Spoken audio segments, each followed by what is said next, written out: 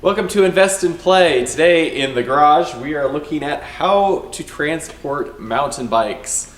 And there's three common ways that people transport mountain bikes. I think the most common is probably on the roof of their cars, and I think that those are the coolest looking ways of transporting your bikes. However, it does come with some drawbacks. One is that roof racks are crazy expensive by the time you outfit them with all the different components and locks that you need. And second, they are horrible for fuel mileage. They also are difficult if you're driving through low clearance areas, because obviously the bikes sit quite high and on top of your vehicle it's super high. And then the next most common is hitch mount racks, and those are really nice too. It's good because they're low, they're easy to load and unload. They still are pretty expensive. It's amazing how much you can spend on a rack for your hitch by the time you're all done with it. And then there's also, if you have a truck bed, you can mount your bike in your truck bed. And some people just throw them in the back, other people hang them off the tailgate, or they have fork mounts and a whole bunch of other different styles. I had a rack that basically sat on top of the bed rails, and that was pretty nice as well. However, anytime you're transporting a nice bike outside of a vehicle, security is a definite concern.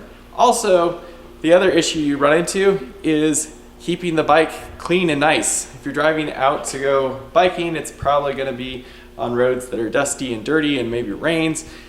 And you really don't want your bike exposed to elements or criminal minds out there that might want to take your bike from you. So we've preferred to transport our bikes inside vehicles, and not really sure why more companies or any company hasn't made interior bike transporting options available. It would be really nice if they did.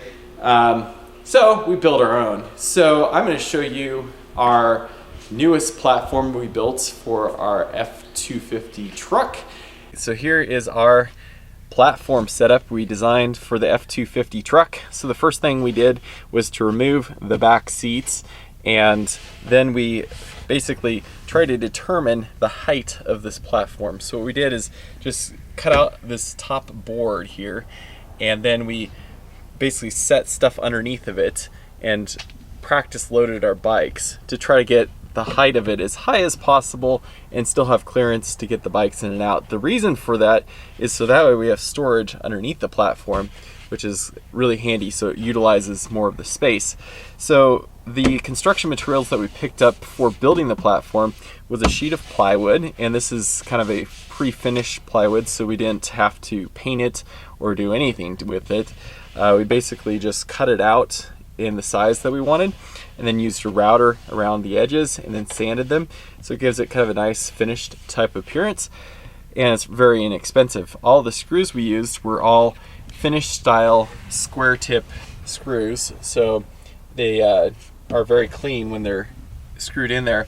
It also allows us to take the platform back apart if we needed to. So in the rear of the platform, it's secured to where the seat was bolted to the floor. So we use those same bolting locations, and then we screwed the top of the platform to that. So it gives it a really solid platform. It's not going to go anywhere. The front of it we just set down on top of the floor mat, so it can lift up, but with the bike weight on it, it's very solid and stable.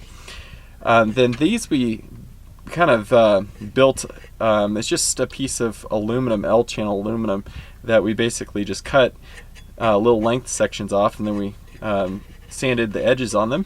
And then this basically allows the back tire to kind of be captured to keep it from bouncing around or sliding around or falling off or whatnot. And then these are just fork mounts. So you basically take your front wheel off, you run your axle through here, and it holds the front fork. So just with the front fork mount, the bike stays extremely stable, and it doesn't have any issues with moving around or whatnot while you're driving, even on rougher roads. So the other thing we're working on was trying to figure out how to size this appropriately so we can load the bikes either way. So we could load this bike while this bike was in place, and we could load this bike, you know, while this one was here, or take them out, vice versa. So it's a little bit of just practice loading and figuring out the right angles and whatnot for it. But with a little bit of playing with it, you can get it so it works pretty well. The nice thing with this design is that it's very inexpensive.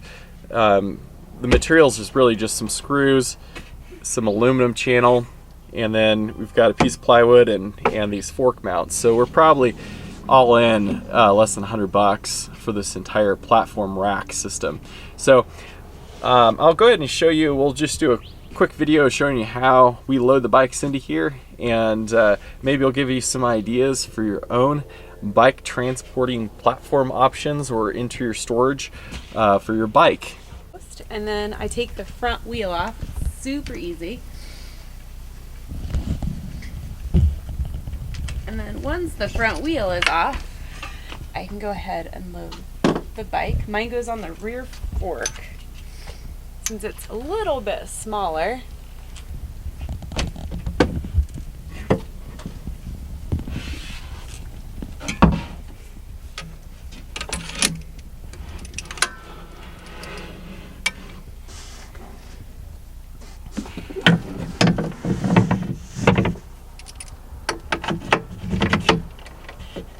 And that's all there is to it. It's pretty simple to load the bikes into the racks. Ready, go. All right, so load in the second bike here.